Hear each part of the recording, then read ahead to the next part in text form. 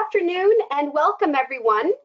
My name is Melissa McVie and I am the Education and Home Support Facilitator with OARC. Thank you for taking the time to participate in today's live webinar about honoring grief. Before we jump in and introduce our guest presenters today, I wanted to go over a few quick housekeeping items. Firstly, you'll notice that we've muted all lines to eliminate that background noise and distractions for our speakers.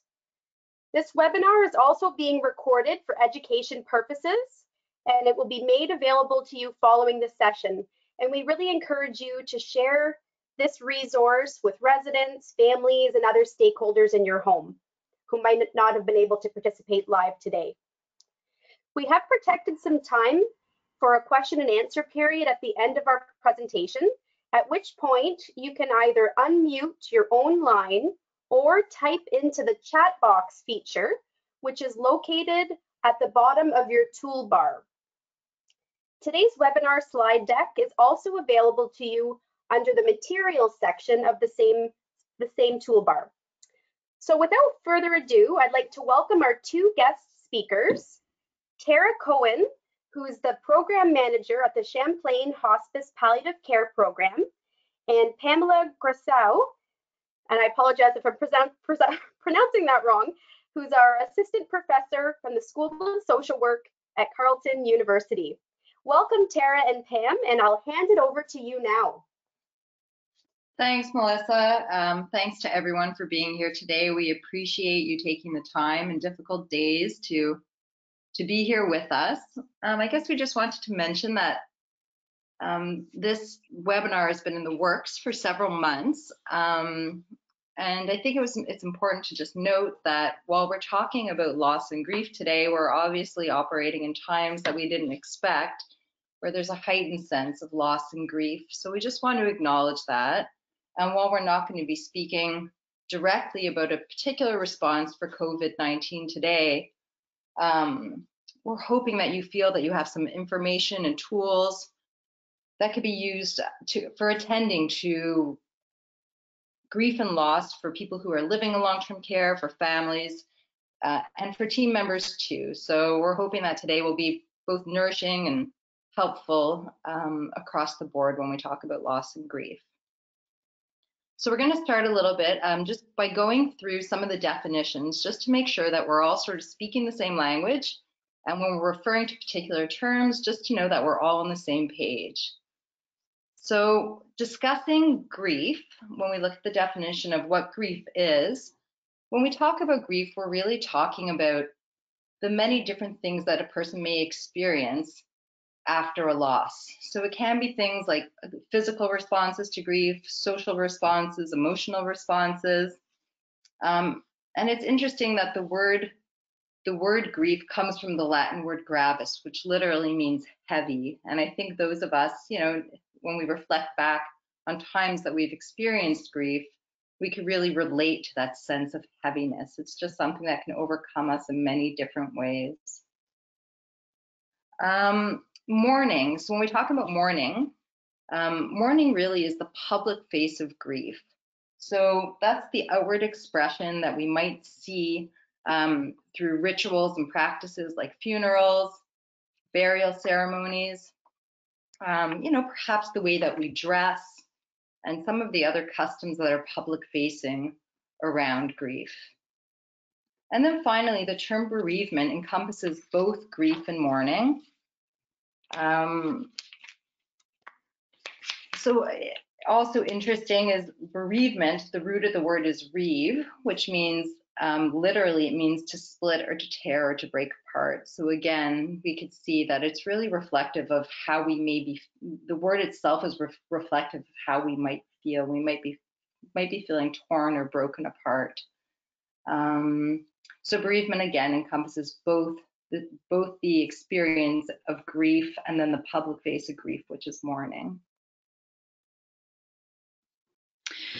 Hello, everyone. Of course, I think when we think about grief and loss, often what people will point to are Elizabeth Kubler-Ross's stages, and I think that there are some understandings that some people have, both in terms of long-term care residents and families, that really believe that, you know, grief it's kind of a linear process, that we may deny it, we may get angry, and it's almost like it's supposed to be linear. And in fact, I think what we hear more and more is that while we may want that linearity, it's actually a bit of a mess, right? So the ball of string that's all over is really how grief works, which is that it's not linear. It's not something that we just move through and move beyond. And I think that it's important to kind of highlight that while there are some grief recovery methods that are a bit more linear in approach in terms of stages, that actually the evidence in terms of people who have been doing research on grief and loss is actually that it's grief isn't something that we're just trying to get through to get to the other side of, that actually that can actually create more problems when people feel like their grief isn't allowed to exist. Certainly I've worked with bereaved folks who've said to me that they have you know, well-intentioned family and friends who just say, well, you should be over it now. It's been a few months or 6 months or a year.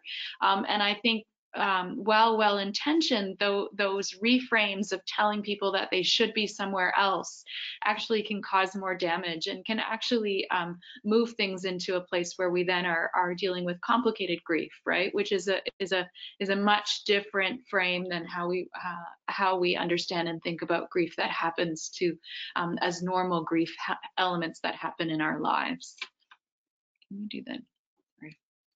So in terms of talking about what loss and grief is, so the expected and normal is that when people are, you know, walking with someone whose illness is progressing, maybe somebody who has lost mobility, there are losses that come along as illness progresses where someone used to be mobile and now isn't.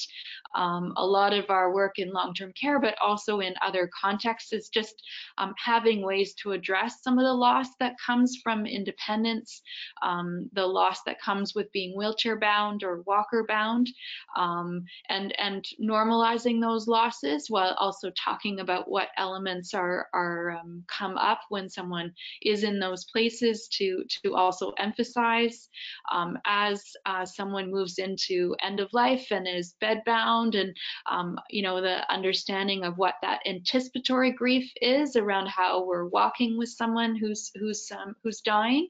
And I would add that I think in terms of any of the families that I've worked with and supported, that as much as you think that you can anticipate and maybe hopefully minimize the impact of loss when someone dies, I actually think we can't minimize it. That the experience, even if you've been caring for someone for many, many years, that when someone dies, it's shocking. And I think as much as we think we can mentally prepare ourselves for something when our loved one or someone that we're supporting actually sees their loved one take their last breath, that is something that we can't know what it's going to feel like until we're in it. Obviously, in terms of experiences of loss and grief, that we all experience loss and grief, but there may be similarities and differences. And I think that's really important. I think that sometimes when we're supporting a friend or a peer or a colleague, that we can move to a place where we kind of offer what worked for us. So it worked for me to, you know, I've heard people say, well, it really worked for me to just keep busy. And that may be very well be something that helps one person, but for another person, what they might need is to really go through old photos and put together a scrapbook of finding a way to kind of look at what's happened over the past, to kind of find a way to bring it into the present. And the last piece around grief bursts, I'm not sure if people have heard about grief bursts, if that's a term that's familiar for people. But the thing about grief bursts that I think is also quite important for us to understand is how the burst part of grief burst is really, it's literally a burst. So while we think that we may have lost someone a year ago, that we smell something in the kitchen where someone is cooking something that our loved one used to make, and we are right back in the thick of grief and loss where our breath is caught and we're sobbing, and we're right back to where we were when that person first died. And I think those grief bursts are often sudden, they come out of nowhere. And part of my work with families is really about helping people to know that these things are going to happen, right, to all of us, whether it's about losses that I've experienced, losses that other providers have experienced, residents and families. If we have a sense that this might happen, I think we just have a little bit more control of just, okay, so this is a grief burst. It doesn't mean I'm slipping back, which I've heard some people say is like, oh no, does this mean I have complicated grief because now I'm crying after 5 years? And it's like, no, it's just you're literally, your body's finding ways to understand and integrate what's happened in your life.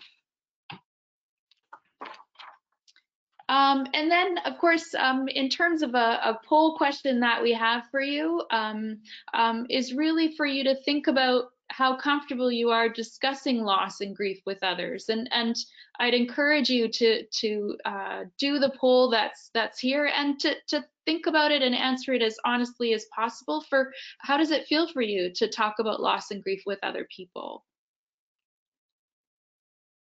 I've got the poll launched for everyone, and we'll give everyone just a few more moments to get their responses in. Thanks, Melissa.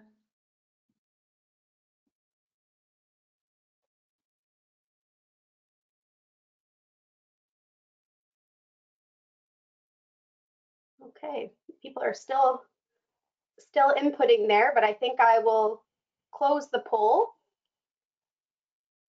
And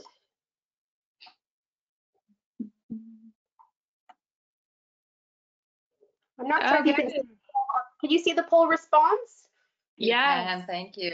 Oh, that's fabulous. I just really appreciate those numbers of 61% feeling completely comfortable, and you are our grief and loss champions, and I just really appreciate that you do feel completely comfortable. I also really appreciate those who said that they're moderately comfortable, and it does feel really important to say that this isn't a hierarchy, that what we want is everybody to be completely comfortable. I think that you know, when you work with people living with advanced illness, people suss out pretty quickly whether you're someone that can engage with them when they're talking about pain and loss and suffering, and they can also you know, suss out whether you're someone that actually is a better person to talk to about resources or activities, right? And I think the hope though is that in knowing what your own comfort is, that there's also ways in each of your homes that if you have some discomfort around a particular type of loss, if there are certainly in terms of you know, there are losses by suicide, there are losses by drug overdoses, there are losses from dementia, there are you know, there's a wide range of losses, and I think it's really important that we have a sense of where our comfort is, and that we just ensure that our residents and families and friends and colleagues are able to you know, talk to us if they have those needs, but that we're also able to provide what we can and then be able to bridge to other people and other resources. So thank you very much for providing the poll and for answering the poll. I think a big part of our work is about really, you know, finding ways that even when people are really uncomfortable, that we can still talk about it, right? And find ways where people can really sit and be with someone. So the next slide, I think, is this you? No, it's me. Great. Sorry about that. Tara and I are physically distancing. at her kitchen table. And I think in terms of what I would say about this slide around vulnerability, Brené Brown is a social worker in Texas. If you haven't read any of her work, I'd strongly encourage you to look at her work. But certainly she talks about vulnerability as the only bridge to build connection. And I think that a big part of the work of supporting people who are living with grief and loss is also the ability to be able to experience our own losses and to find our way through. And so certainly that means, you know, as providers and as family members, that we're talking to our peers and our supports when losses happen. I think in palliative approaches, we all say that the one thing that's certain is that we're all going to die. And so how do we talk about those losses that come up in our lives, and how do they impact who we are? And I think part of what residents and family members are really looking for is our ability to be humble, to connect with them when they're suffering, and to really be able to be with people in that place. And that means that we also need to be able to feel our own loss and suffering. So to build on that, Brené Brown also talks about courage, and she says that courage is to be seen with your whole heart. So I think when we think about the concepts of vulnerability and courage, it's hard to really get to those places.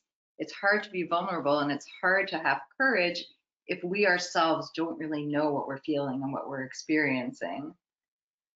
And I don't think it's uncommon. Many of us have suppressed our feelings over time. We sort of push them aside, either because one, we're not comfortable with them as human beings, or two, we've been taught potentially through our education that as professionals, we shouldn't be experiencing levels of emotion. We shouldn't be showing our emotion. We should be participating in professional distancing.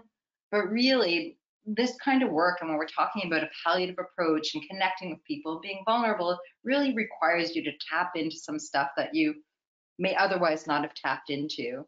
So if we look at the slide on emotions, it's there because some of us just don't really know what we're feeling. So I like to share, this is kind of a simpler version, but there are many different emotion wheels that can be found out there. There's a more complex one that's done by Pluchek. But if we look at these basic emotions, I think there are 8 basic emotions that are really sort of known. Wheels like this give us an opportunity, if we don't have the language around our feelings and our emotions, that sometimes just even looking at the words. I used to joke that I needed one of those preschooler charts with the faces to really help me know what it was I was feeling. But it can be really helpful when I'm working with clients around grief and loss sometimes. I have a set of cards that Pam and I have both used just to give people the language to really share what it is they're experiencing. So I encourage you, if you're one of those people who sometimes has a hard time identifying what it is you're feeling, just to look through their lists online. And it's quite amazing when you take the opportunity and you just allow yourself to connect with the word that resonates for whatever reason. Looking down a list, if something catches your mind and catches your heart, you could say like, oh, maybe there's something here for me to explore a little bit more.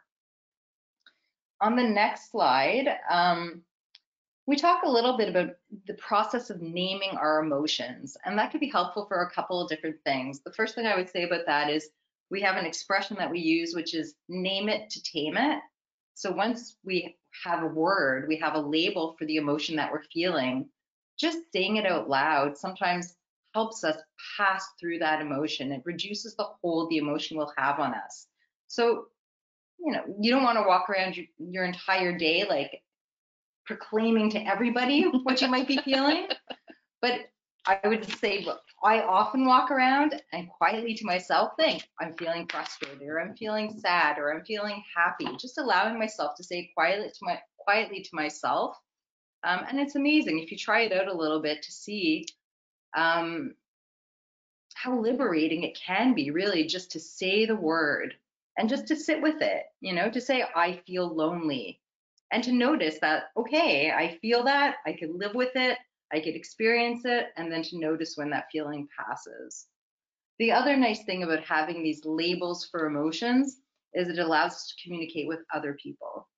So part of what we're sharing with you today is about being vulnerable and being courageous. So we build the vocabulary to share with trusted people where we're at.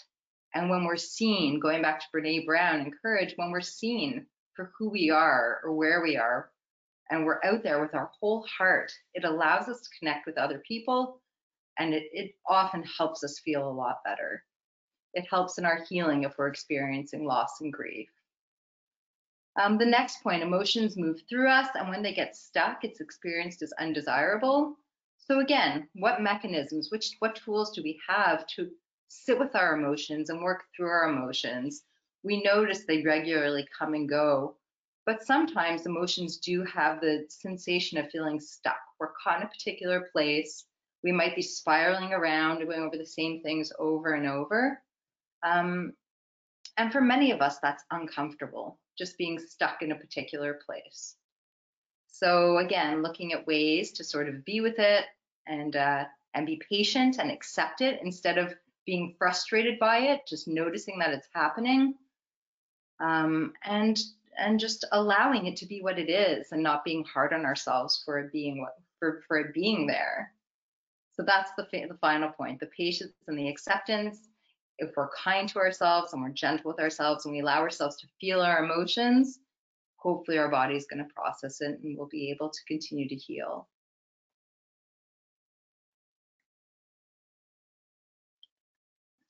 Yeah, so we have another poll question.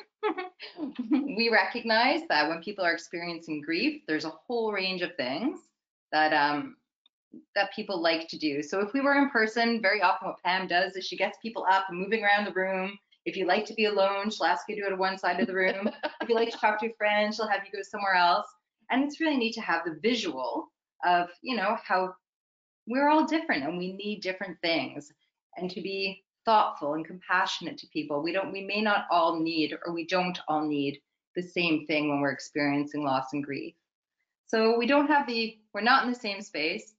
But we do have this poll here, and we're hoping that you'll take a moment to answer the question that's up on your screen.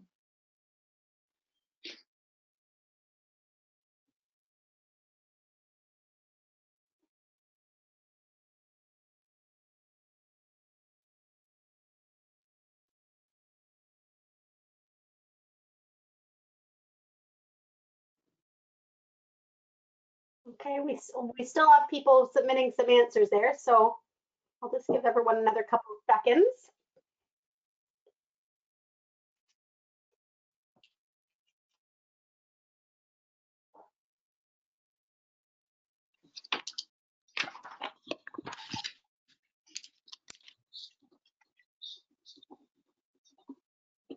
Okay.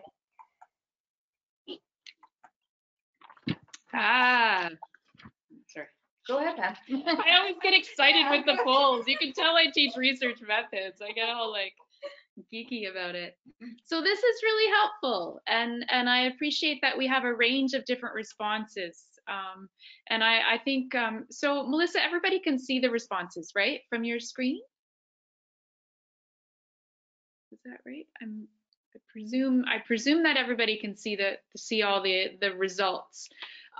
So we have 52% who prefer to be alone, 24% who talk to a friend, 9% do something creative, 12% do a physical activity, and 3% do something else. And when I do these things in larger groups or with my students, I always have the people who want to be somewhere in the middle between these responses, because it really depends on what the grief is and who the person was and how they're feeling. But what I want to really stress is that sometimes what we will offer people as an immediate response is to consider going to a bereavement support group. And those can be really fabulous things, and certainly, you know, I know a number of programs that are real lifelines for people. That said, I also think it's important for us to be able to also look at this and see that, you know, half of the group would prefer to be alone. So how do we find ways that we are also having people think about who you are and what you do and what your preferences are, so that if being alone is what really works for you, you know, how do I communicate that so that I feel like it's fine for me to be alone? And maybe the piece will be, so, you know, you want to go in the woods, or you want to be alone on your own, and then you're going to come back and then call someone and just let them know what that was like for you. Right? So there are ways to do the piece where it is a social connection in terms of sharing how you're doing, but that we're also really acknowledging that everybody feels these things quite differently.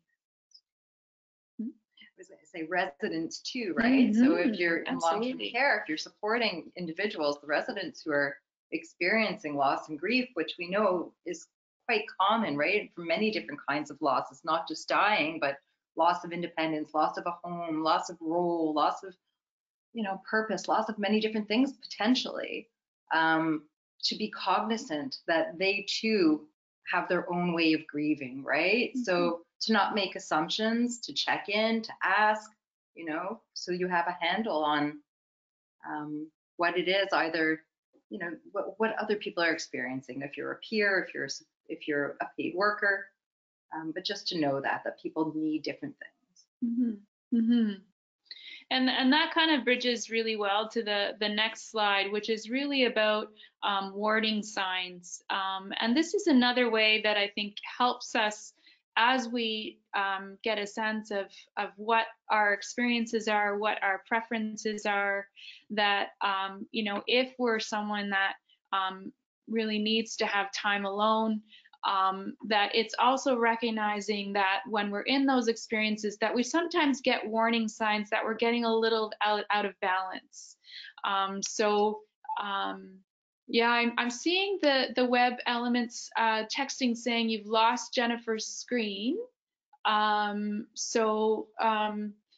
What we can do is certainly send a text or email to Jennifer just to see if she's able to get her screen back up. While we're working on those technical pieces, you do this and I'll.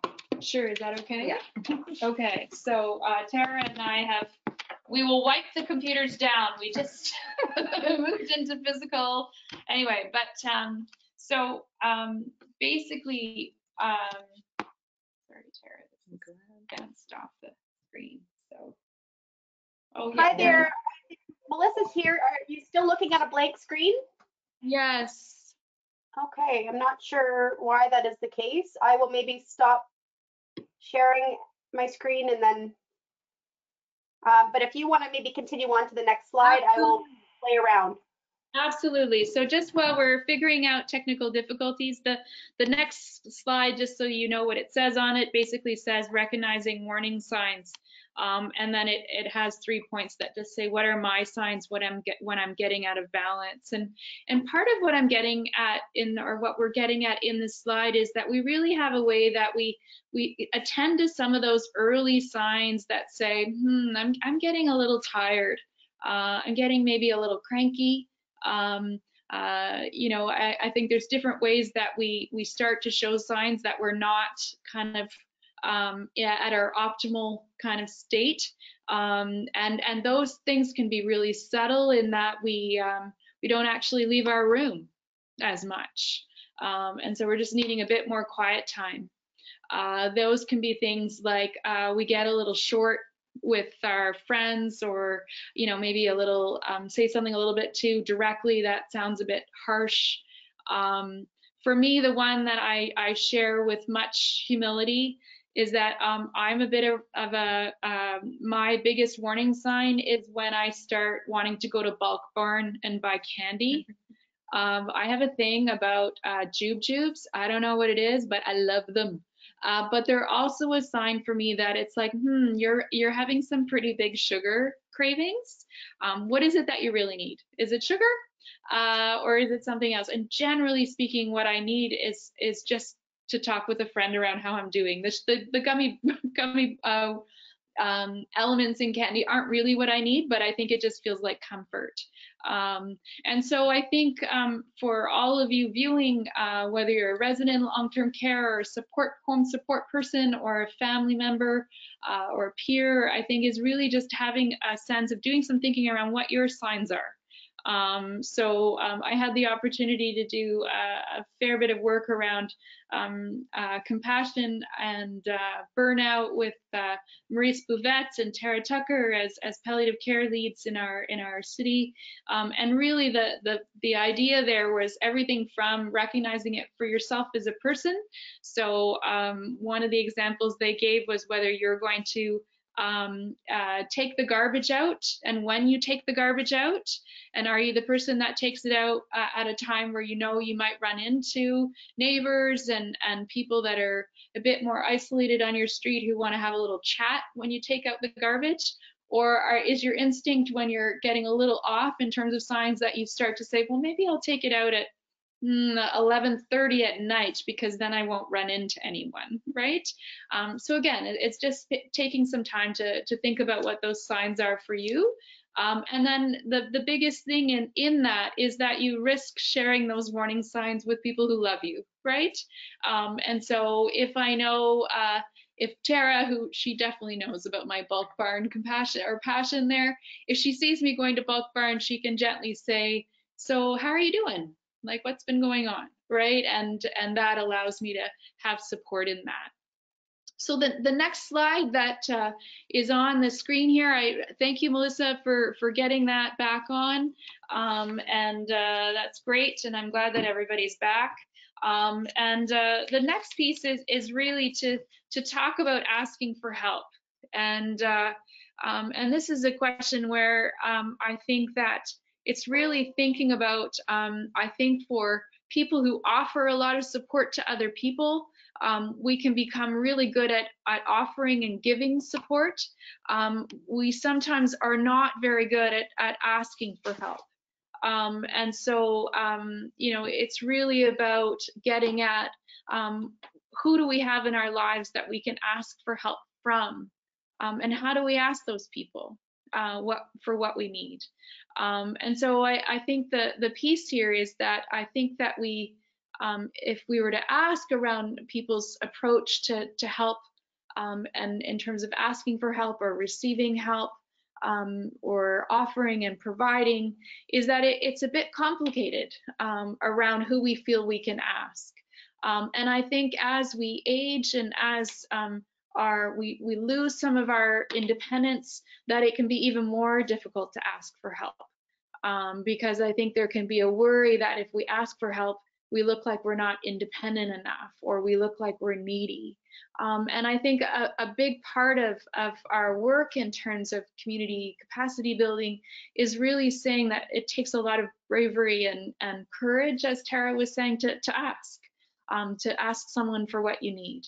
And I think in terms of what's on the slide here, the idea is that what we wanted you to think about a little is to think about a time where you really felt supported. So maybe it's when you had a loss in your life, maybe a loss of a partner or a spouse, the loss of a child, other losses that may have happened, and think about how and when you were supported. And in that, I think when people often think about those times, what you'll hear, and certainly my own experience as well, is it's not actually what somebody said. It's rarely that someone said exactly what you needed to hear.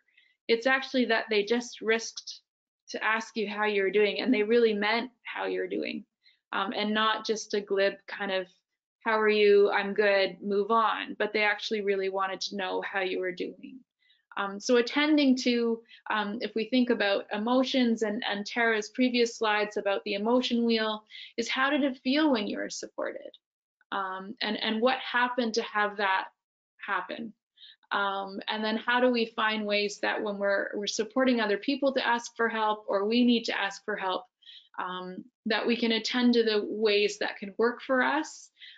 Sometimes I think in caregiving we can be, as women, as caregivers, we can be very focused on attending to someone else, but attending to how we feel when we risk to let someone know that we need something is also incredibly important.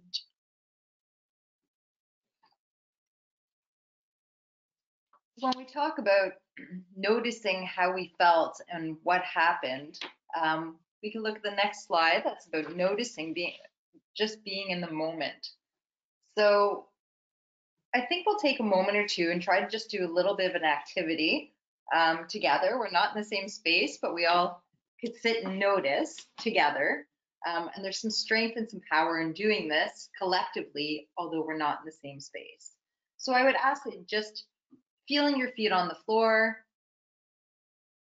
noticing the backs of your legs on the chair, the physical sensation of your legs touching the seat, having your spine straight but not stiff, your head above your shoulders, just noticing the sensation of your body sitting here. You can have your eyes open or closed, whatever feels right to you. And again, just taking a moment to settle in, feeling the sensation of your body being in this position.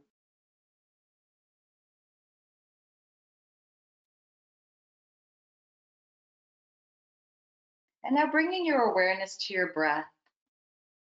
We're not looking to change the breath in any way. You don't have to speed it up, slow it down. We're just allowing the breath to breathe itself.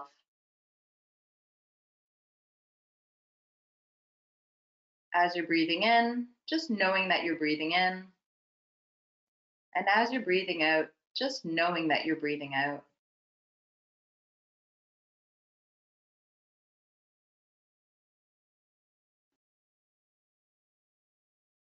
As best you can, just really focusing on the physical sensations of breathing. So not thinking about breathing, but just feeling the breath as it enters your body, perhaps reaches that peak, and then as the breath leaves your body. And just following the flow in and out.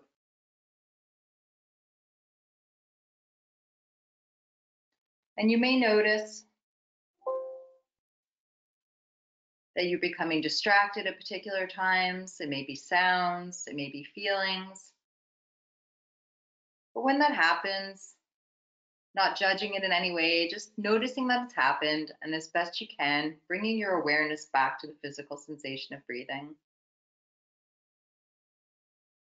We're just going to take a final few breaths here.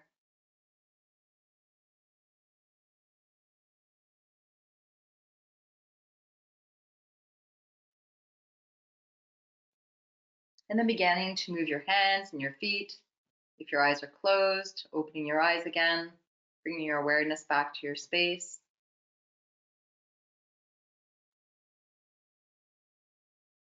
So if we were all together and you were able to communicate back with me, I would ask what you noticed, how that was for you. But what I'll share is that we do these practices very frequently in a variety of settings: long-term care, community, hospice, hospital. We work with lots of different people to share that this type of practice is really about being in the present moment. It's about noticing. It goes right back to all the things we've been talking about, helps you know how you're doing. It's really hard to be aware of where you're at if you don't take a moment to notice things that are coming up for you. So it could be you're clenching your jaw. It could be that your shoulders are up at your ears. It could be your hands are balled up in fists. These are things that when you slow everything else down, you start to notice. You're able to tap into some of your physical sensations. And very often we hold things in our body before we really know in our thinking what it is that we're experiencing. So this could be a really valuable tool for residents, for team members, for families, for anyone, just to see, as a quick way. You could do it various times. You could do it throughout the day. You could do it 2-3 times. It doesn't have to be a long period of time. You can do it for a few moments, but it could really help people understand what's happening with them and give you an opportunity just to be in the present moment. So the next slide, we talk a little bit more about self-compassion and mindfulness. So maybe some of you have had some experience with self-compassion and mindfulness. I'm just going to spend a couple of moments sharing a few important aspects of each of those things. So self-compassion, when we talk about it, we're often basing our information on the work of Kristen Neff and Christopher Germer. If you're interested in learning more, there's a lot of resources from Kristen Neff and Christopher Germer. But they talk about self-compassion in terms of three particular elements. So the first is self-kindness. And we know human beings have a great capacity to be kind towards others, but being kind to ourselves seems to be somewhat more challenging. So when we talk about self-kindness, we talk about treating ourselves the same way we would treat a best friend. So the same way that we would want to be there for a best friend when they're struggling, to be there for ourselves. The second part is around common humanity. And the common humanity aspect is really thinking about we are not alone in our suffering, that all people suffer, and that there's a sense of strength and commonality and connection in recognizing that we are not alone, that what we're going through is likely things that other people have gone through as well. And then the final piece is around mindfulness, which we just did that brief practice of mindfulness. So the definition of mindfulness, that this is John Kabat-Zinn's definition, is mindfulness is paying attention in a particular way, on purpose, moment to moment, non-judgmentally. So what we like about being in the present moment is we know that if we spend a lot of time thinking about the past, it can really increase our feelings of being down or being sad or depressed. If we worry too much about being in the future, it can increase our anxiety. So taking time throughout our day just to focus on that very moment, right? Because that moment is pretty much the only moment that we could have any control over. So bringing our awareness to the present moment as much as we can. The next slide are some ideas for yourself, for individuals living in long-term care, for families, for team workers, for anyone really. These are a few other brief practices that we use often that, again, don't take a lot of time, but hopefully will help you achieve a better sense of well-being and to feel like in difficult moments that these things can help you get through a moment. So again, it's one I encourage people to use, which is just placing two hands over your heart, feeling the warmth of your hands on your heart. We know if we do this for 20 seconds or more, our body naturally releases oxytocin, which is helpful. And then you could maybe practice saying something to yourself that resonates for you, which is, may I feel at peace, may I feel ease,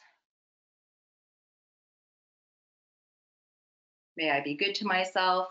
Just finding a mantra that works for you in that moment and repeating it to yourself a few times.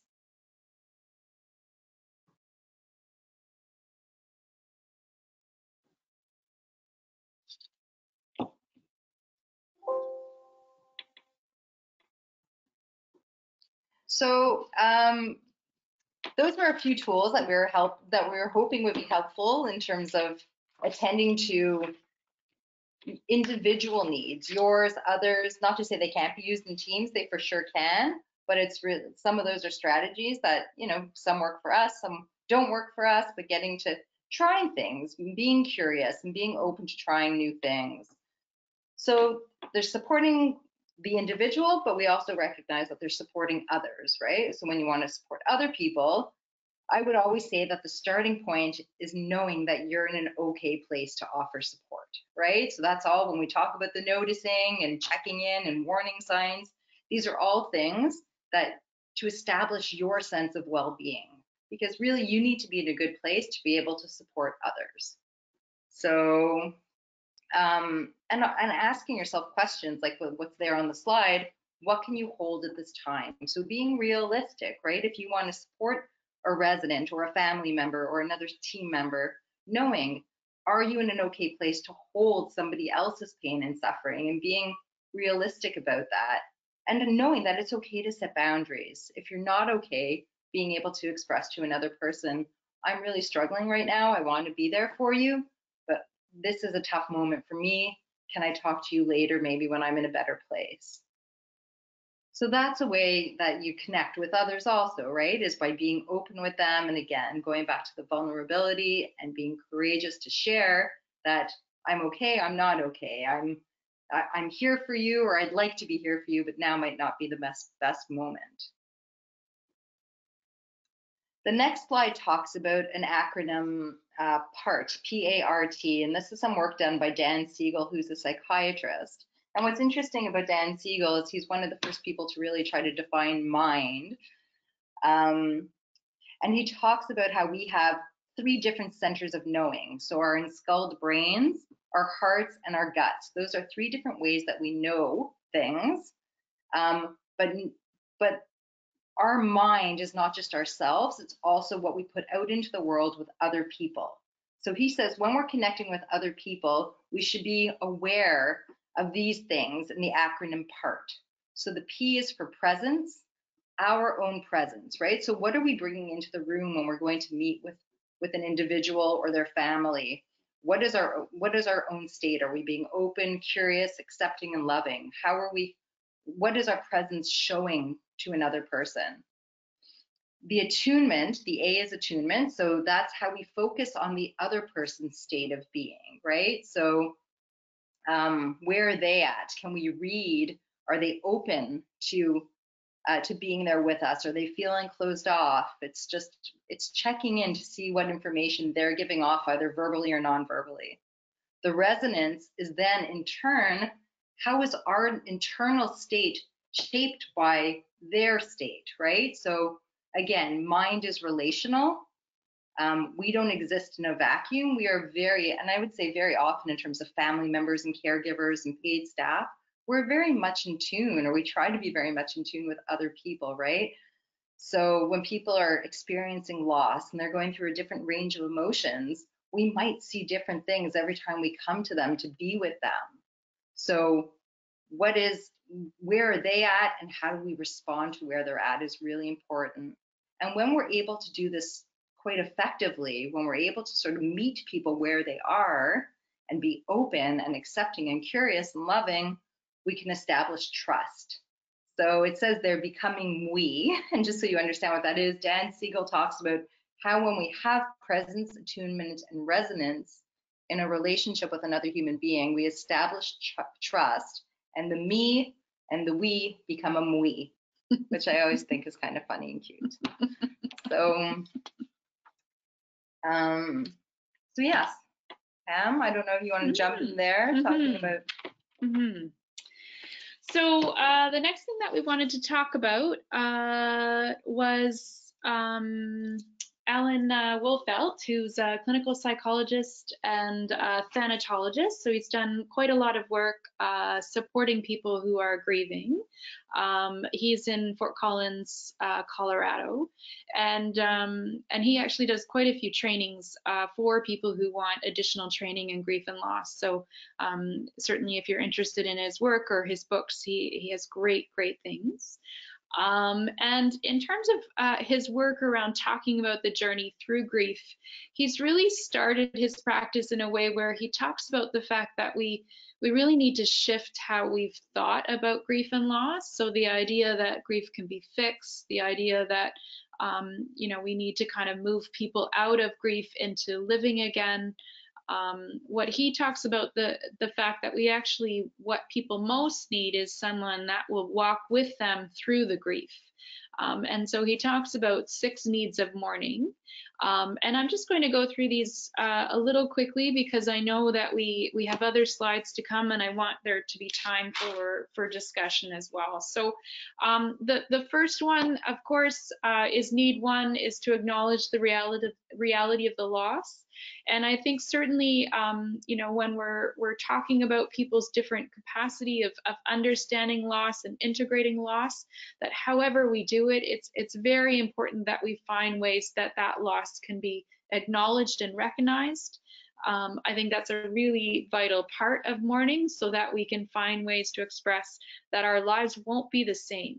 That when we lose someone that we love, that is a loss that we need to process and be with.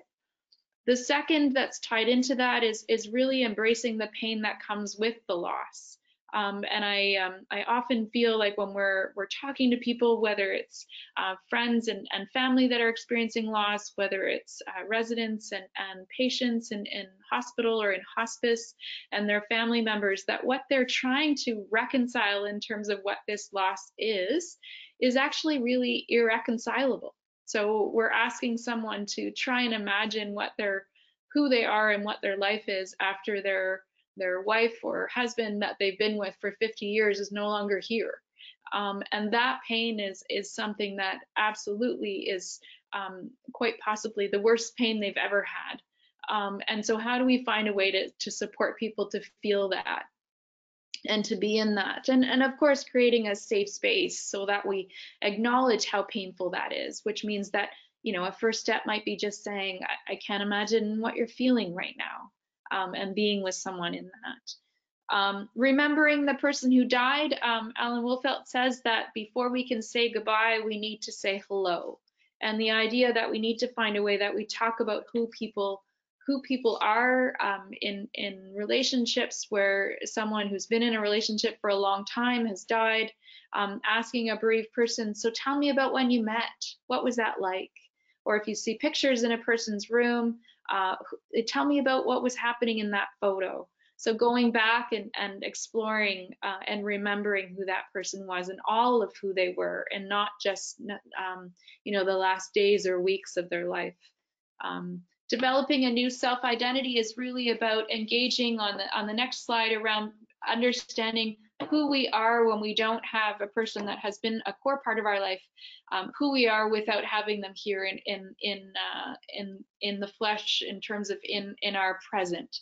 And that a big part of that is understanding that those losses are things that we carry in our heart with us, to search for meaning, and obviously to receive ongoing support from others. So I know that Melissa has some slides around other innovations and practices. So how about we hand it back to you, Melissa?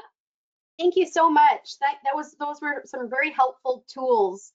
And I really wanted to keep those 6 needs that we just heard from our presenters in the back of our minds as we move through these last few slides. I just wanted to briefly discuss some opportunities for how every long-term care home might begin to integrate the resident's voice into some of the palliative approaches and the discussions we're having in these areas. It's important, and this webinar actually came about because residents have been asking for this kind of supportive information to enhance their understanding. I think we can all acknowledge our residents living in long-term care among peers who are living with increasingly complex care needs. This can be a bit triggering and a reminder of our own mortality. And of course, due to the sensitive and private nature of loss in long-term care, co-residents are not always made aware when a resident has passed away, and you know, especially if someone has passed away in the hospital or not in the home. And this can be very upsetting to learn that news. So wherever possible, we really emphasize that home communications around a resident's passing should be as sensitive and respectful in its delivery and as timely as possible. And this includes that step of informing residents in the home. And as a group, OARC, with the support of our board members, we really feel that residents can make meaningful contributions to homes' internal care committees. Residents can shape home policy and practices, and they can be engaged as important ambassadors in the home. For example, residents may have some valuable input when it comes to creating comfort or care carts that might be brought into the bedrooms of residents who are ill or dying. And I know a number of residents and family members do sit on internal quality committees, such as a palliative care committee. When a co-resident is dying, residents or resident leaders as part of resident council can provide support and visit with their peers as well as their loved ones. And this may be an important part of a resident's own grieving process, and it gives residents the ability and the opportunity to say goodbye to their friends. From a proactive and care planning standpoint, if residents are given that space or the opportunity to be engaged in conversations about palliative approaches and end of life, residents can start to articulate and express what a good death might look like to them, and they can start sharing their wishes with the care team. For some residents, they may choose to start engaging in legacy work, telling their story, and this can be supported by team members, social workers in the home, as well as family and friends. I also wanted to emphasize that it's important to include residents, families, volunteers, as well as your team members into education efforts around palliative approaches. We want everyone who's living, working, volunteering, and visiting the home to have some knowledge of some of the processes and practices that are in place when a resident is dying in the home and steps taken following their passing. Death, as we all know, can be a very sensitive and almost a taboo subject, but it's important that we acknowledge it so that we can begin to process our emotions, and which we heard earlier in this webinar. This might look very different for everyone. So we've pulled together a few examples to demonstrate what homes are doing, and many of these initiatives have come about after consulting with residents and families and team members. So some homes have started to use sensitive signage and symbols, such as doves, butterflies, or roses placed outside the resident's door to communicate when a resident in the home is approaching end of life or following their passing. This symbol system helps to promote respectful communication and behavior, such as lowering volume in that area of the home and that important provision of privacy. Following a resident's passing, some homes may make an announcement on their overhead sound system or by telephone to allow the opportunity for people to gather in the lobby to say goodbye. And this is sometimes called a farewell procession. If residents are made aware and able to do so, they too are encouraged to join in this practice. And I know we've got Sharon Cook, our OARC's president, on the line today, participating in the webinar, and she's a real champion of this practice. Some homes even have a quilt that can be placed over a resident when they are leaving the home, accompanied by their family or the funeral home staff. And this quilt is really a personal touch, and it's symbolic of the fact that all residents are part of that family in that home. Some homes will have someone, either a resident or a team member, following this procession, playing music or sounding chimes, and they might even say a poem or a few short words. Another fairly common practice is to acknowledge a loss in the home is placing the resident's photo in an in-loving memory picture frame, lighting candles, LED or electric candles, or placing a rose on a resident's place setting in the dining room. Homes also hold celebration of life services and encourage the sharing of memories of the residents who have passed. I've also visited homes where resident names are placed on stones in outdoor memorial gardens, or benches are donated in memory of a resident that has passed away to keep their memory alive and keep them really as a part of the place that they call home. So I think that those last examples of remembering is really part of that remembering the past, that need that we heard earlier from our presenters. And I'm sure in your own home, you might have some practices that are important to you. So I know in this webinar and this last hour together, we've touched on some heavier content, especially during such a sensitive time in our world. We hope that today's presentation leaves you feeling empowered to share some of the very real emotions that might be coming up for you. And we hope that you'll be able to draw on this knowledge and start to practice some self-compassion and mindfulness in these increasingly difficult times and other times of transition, changes you're experiencing, as well as loss and grief. We shared a few promising practices around incorporating the resident voice and engaging residents in palliative approaches and planning. So we really hope that these ideas help you to reflect on your home's current practices and inspire you to start to explore some of these new approaches and opportunities for future implementation. For example, are there ways that are opportunities to enhance education and communication efforts in these areas in your home? Or how can residents and other stakeholders be engaged in meaningful ways? So at this time, we've got a few minutes left together. I just wanted to give everyone in the audience an opportunity to pose a question. You can unmute your phone lines now or type a question into the chat box.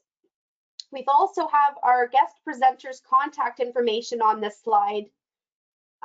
Should you have some follow-up questions or support needs from our presenters or from the OARC team. Are there any questions from the group?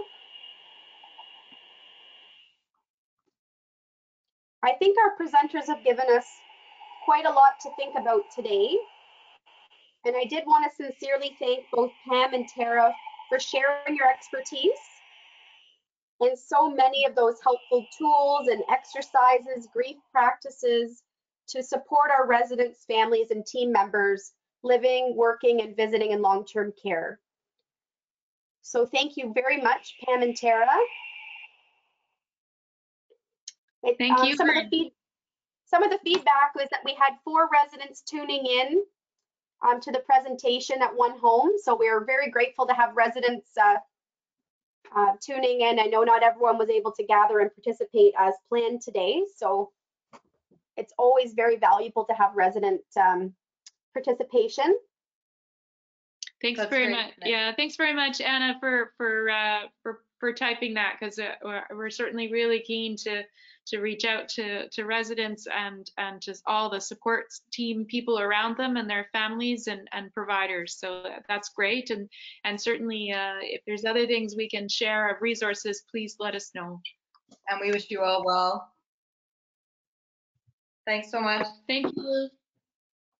Thank you very much.